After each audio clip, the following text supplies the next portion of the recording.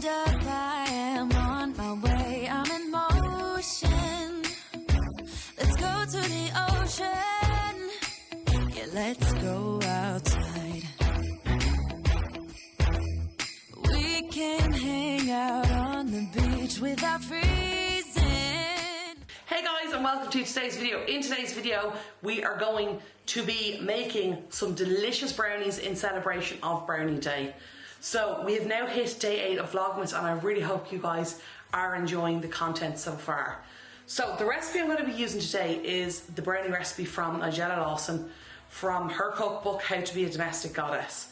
So I've made these brownies before, I go a few times. They're delicious, like they're so delicious. They're very mored, and they're really filling, and they're really fudgy and chocolatey, and just, I love them. It's quite a simple recipe and there's not many steps to it, which is an added bonus, may I add. But that's what I'm going to be making today. I'm really excited to share this recipe with you guys. And to be honest, I'm surprised I've never shared it with you before, because it is something that I do love to make, and they're absolutely delicious. I cannot tell you enough how good they are. But anyway, I'm going to stop waffling, and without further ado, let's get started. Vlogmas day 8. Okay guys, so I've just preheated the oven there we have a fan oven on top, so a 160 degree fan. So on a standard oven that is 180 degrees Celsius, 350 degrees Fahrenheit, gas mark 4. The next thing we're going to need is a 13 by 9 pan, so that's 13 by 9 inches pan. It's quite a deep one, and 2 1/4 inches deep. So it is quite a big pan there. I will also, of course, link the recipe in the description box below, so you can check your conversions and stuff. In centimetres, it is 33 by 23 centimetres, and it's 5.5 centimetres deep.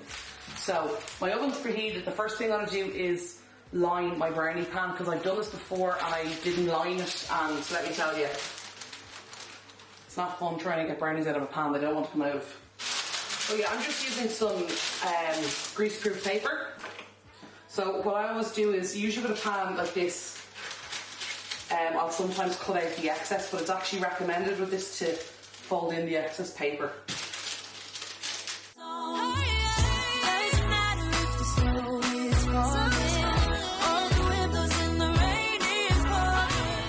Now, so just very simple there on the pan. And I'm just going to cut off the edges here.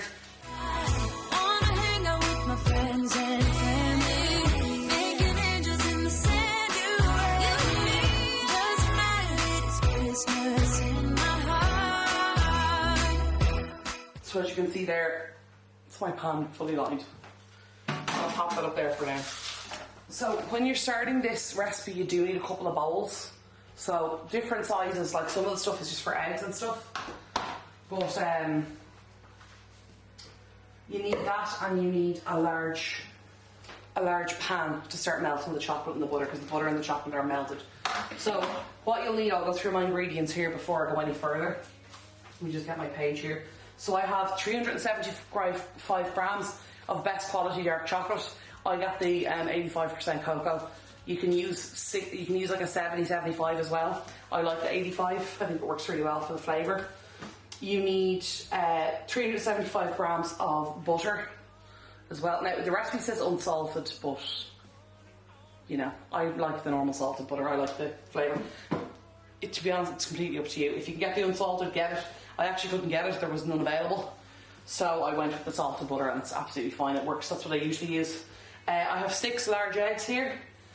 1 tablespoon of vanilla extract, 500 grams of caster sugar, 225 grams of plain flour, a teaspoon of salt, and the recipe states 300 grams of chopped walnuts. But I'm going to be honest guys, I don't use them. You are more than welcome, of course, to use them. You can swap them in for different nuts. She has variations and suggestions in the end of the recipe. I just personally don't like them. The first time I made them, I used them, but I just wasn't a fan. I'm not a big fan of walnuts, but if you like them, by all means add them in. But I personally leave them out. So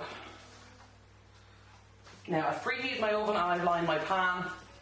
Guys, there's literally 4 steps to this. Like, it's very, very simple. So the next thing I'm going to do now is get a large heavy based pan. So that is to melt down your butter and your chocolate. Now I'm using this pan here. You can see it has like a plate on the bottom of it that's added. when she says large heavy base pan, she means large heavy base pan. If you use like a cheapy pan with this, it can burn the chocolate very, very easily. Now, before I do that, what I need to do is I need to measure out my ingredients. So I'm going to start off by measuring out my 375 grams of unsalted butter. Well, in this case, salted butter, but you get the idea. Now, I really like these blocks of butter when I'm baking. They're so handy. I'm sure most of you know this, but I'll say it to you anyway. Well, I know in Europeans and anyway. On the thing here it has the measurements, so each of these are 25 grams. So you just go up to as much butter as you need, slice, and that's how much butter you need. So this is, I think, is this 500 grams? Or is it 454? This is 454 grams, which is a pound of butter. Essentially, if you're an imperial, that's a pound.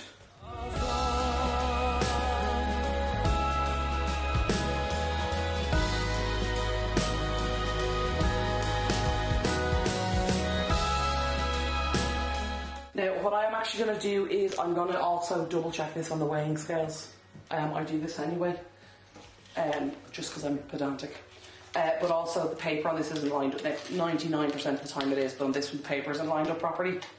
So I just want to double check my measurement before I do anything. Now, I've had this out of the fridge for a while, it's still quite hard, but she recommends using soft butter, but you're also going to melt it, so a lot of it's just, either time as well.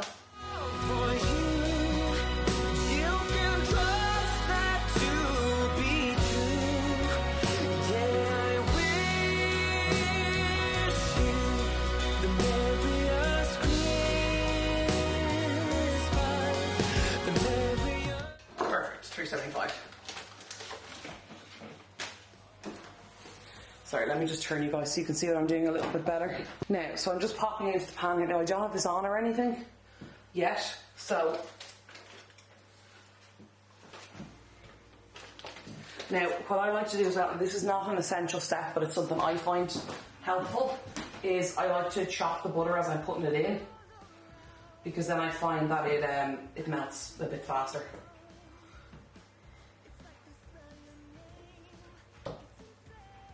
Now, and as always guys, I don't think I need to say this, but I'm gonna anyway, be careful with knives, thank you.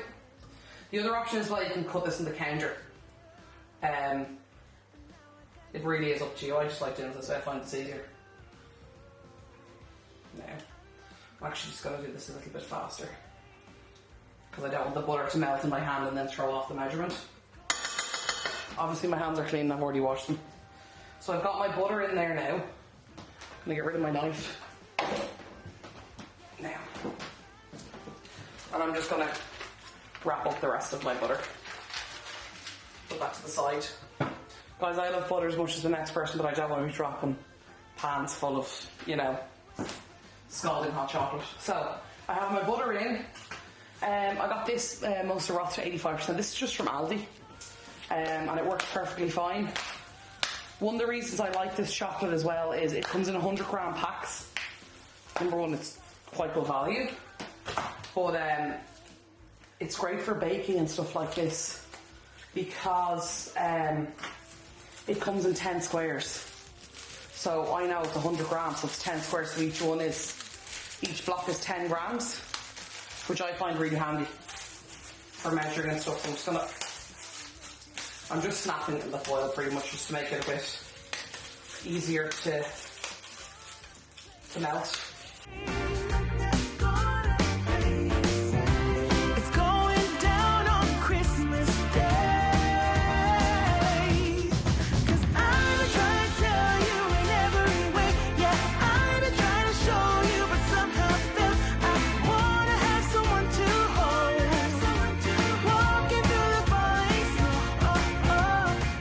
Now, so I need 375 grams, so I'm going to use 3, 4. 1, 2, 3, 4. So that's going to be 40, 60, 70 and 5 grams. I've been waiting for so long for you, but now I got it planned, I know. when you're doing chocolate like this, make sure you watch it like a hawk because it will burn very, very easily. So you really do need to keep an eye on it and keep watching it and keep stirring it constantly. So I'm gonna have to really keep a really, really good eye on this. Now, spoon. So I'm gonna start with making the chocolate before I even measure anything else out, because this, sorry you can't even see me guys, because this chocolate, when you make it, it does take a while after it's melted to cool. So I will say that now. So I'm gonna get started now. Melting the chocolate with the butter.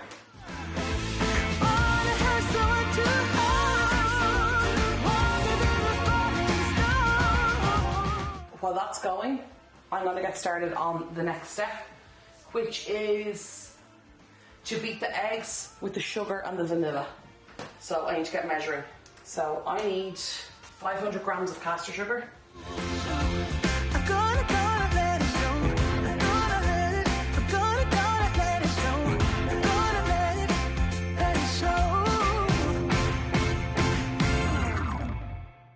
Now also, while I'm doing this guys, I'm constantly keeping an eye on the chocolate because I don't want it to burn. So the butter there is actually starting to melt. I'm just going to give this a quick toss. Now, hope you guys can see that okay. As you can see there, it is starting to kind of melt down. So I'm just going to give it a good stir. Yes, it's Christmas. It's a magic. I'm now working on the eggs, sugar and vanilla. So I have my 500 grams of caster sugar. I'm going to get a tablespoon of vanilla extract. I'm going to have my 6 eggs. Yes, it's Christmas all around. All snow is falling down. All the colored lights lighting up this town. And as I walk outside, hear the Christmas choir sing Merry Christmas. As you can see here, it's melting quite quickly. It's lovely. It's beautiful, and there's a beautiful shiny texture of it. So, you know, even put that down if you want to. Put it down onto 1, if you like. So anyway, I have my my 6 eggs in here, my sugar, and I'm just going to add in my tablespoon of vanilla. And friends, have a Christmas with so much love, and with joy and laughter. Let us make memories that stay forever. It's Christmas today. So I usually just mix them until they're well combined. Now, the thing as well with the chocolate is the actual temperature of the chocolate itself is going to help to melt it. So I'm going to give it a little bit longer now because it does need, as you kind of get towards the bit where you've tiny little bits, you can kind of put it to the side and it'll melt itself a lot. If you're not sure, then I would recommend just continuing on a very low temperature until all the lumps are gone. And that's one of the reasons I keep stirring it, because as I stir it, more and more pieces of it break down.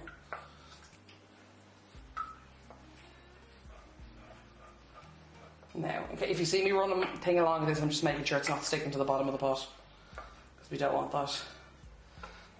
Now, see there's a couple of little lumps left there, but for the most part it's combined. Like there's still a lump. So I'm going to bring that temperature right down to 1.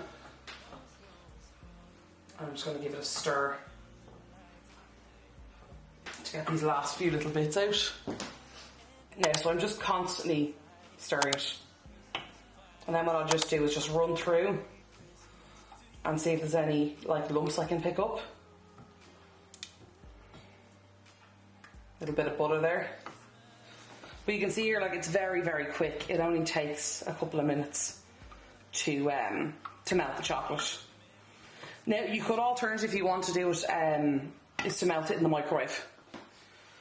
But I have not had great success with doing that, so I prefer to just do it in the pan. I just find it easier. So what I'm going to do is I'm going to pop that off, take that off the heat and pop it to the side, and we're going to come back to that in a few minutes. So the next step I need to do is to measure out the flour and the salt in a separate bowl. So I need 225 grams of plain flour. So I'm going to measure that out here. I hear those jingle bells, people singing about love. It feels like I'm a kid, like I'm forever young. And that's why I want to sing about the Christmas on its way. Now guys, I know a teaspoon does seem like a lot of salt, but it really does help to bring out the flavour in the mixture. And when I'm finished, even this might not look like a big batch of brownies, but trust me, when you eat them, they're so dense that you'll only have a little bit. So there's my salt. People that pass me by, I share a laugh, it gives me joy that everyone's having a good time. I hear those jingle bells, people singing about love. It feels like I'm a kid, like I'm forever. I just wanted to check the temperature of this because if the chocolate is too hot, it'll cook the eggs and the whole thing will go sideways. Okay, so I always like to give it a stir to kind of bring up a more even temperature to the chocolate, and just put your finger in it. You'll know by putting your finger in it whether it's, you know, hot or not. I would call this warm. It does cool quite quickly, which is fine. The other option is to put it into a water bath. If you prefer, you fill your basin in cold water and do that. To Wonderland,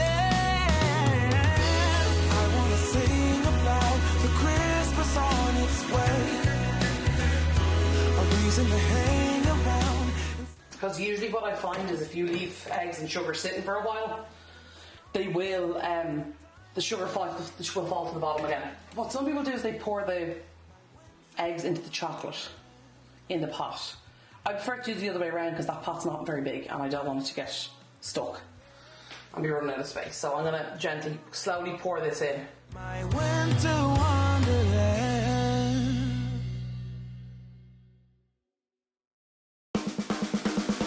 I'm going to scrape that again in a second. I just want to get this mixing started.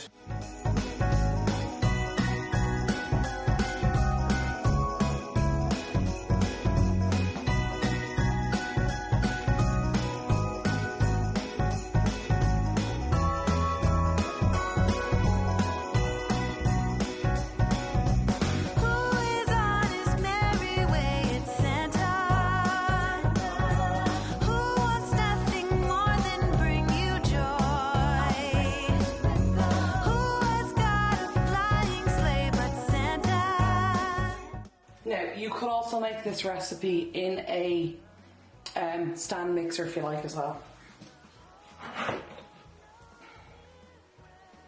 Now I'm just going to pop it in. This is the flour and the salt.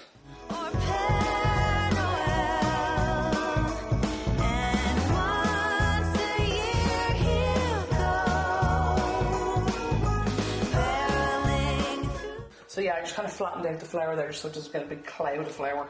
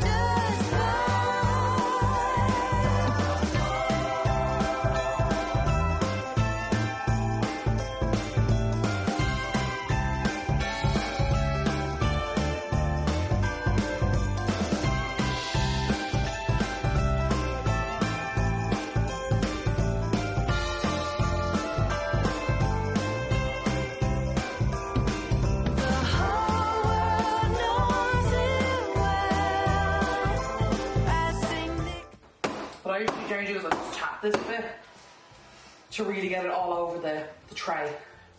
Now you could go at it with the spatula, but what I find is the mixture's so thick that it just kind of drags. Anyway, so that's done. I'm now going to pop this into the oven. 160 degree fan, 180 degree standard oven, 350 Fahrenheit, gas mark 4 for about 25 minutes. I'm going to check this after about 20 minutes because this oven, it's an old oven and sometimes it can be a little bit hotter than what it's supposed to be. So, according to the recipe, the top should be, hold on, dried to a paler brown speckle, but the middle still dark, dense and gooey. Okay, and also be aware of this when we're finished with this, we take it out of the oven, it's going to still be a bit wobbly in the middle and it's still going to continue to cook after it comes out of the oven. So allow for that if you are making this recipe. But yeah, that's in the oven now. While I still have you here, I have chalk at my face, don't I? Yes, I do. I want to show you a cool quick tip. You probably already do this yourself, but just for cleaning these hand whisks makes the job really easy. Some of these can go in the dishwasher, but not all of them can. And also, if you need to use it again, you're not going to have time for the dishwasher. So I have hot soapy water in here and I replace it whenever I'm baking. So this is still hot. So I'm just going to... My water level's a bit low, but you get the idea.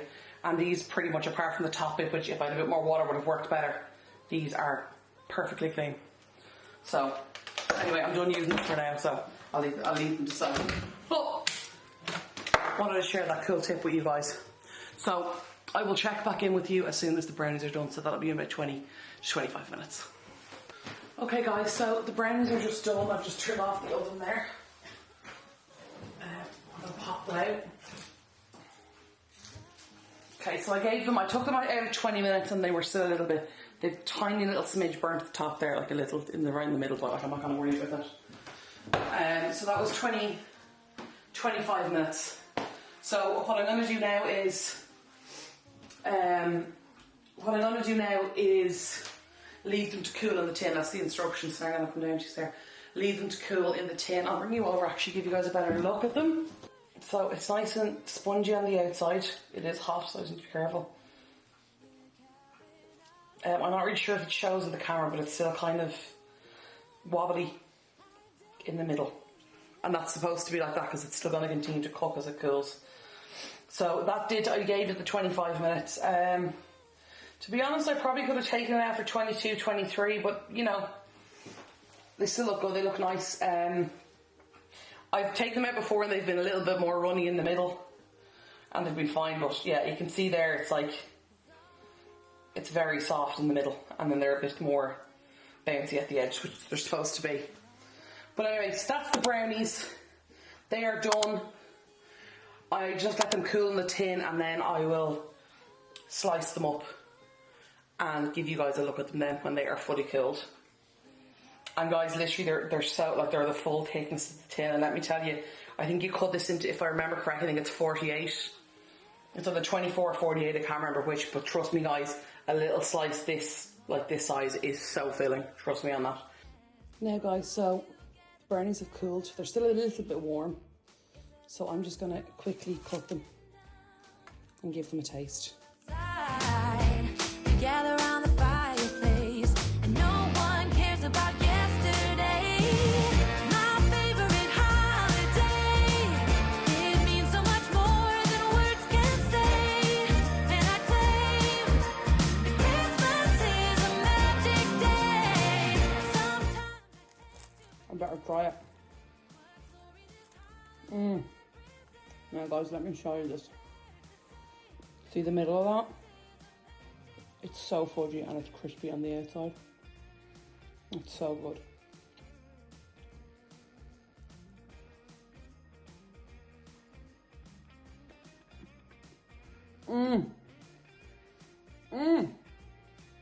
God, I can't tell you how good these are.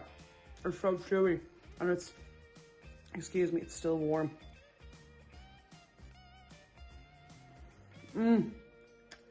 Nigella's brownies.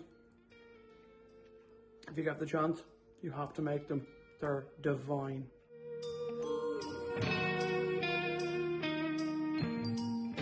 Yes, every time the snow is falling down and it is cold outside, we gather around the fireplace and no one cares about yesterday.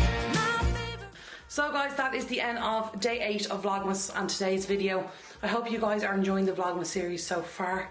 I hope you have a wonderful rest of your day, a great weekend and a wonderful week ahead, and I hope you're enjoying the holiday season. I'm off to have a brownie. I will talk to you all soon. Okay, love y'all. Bye.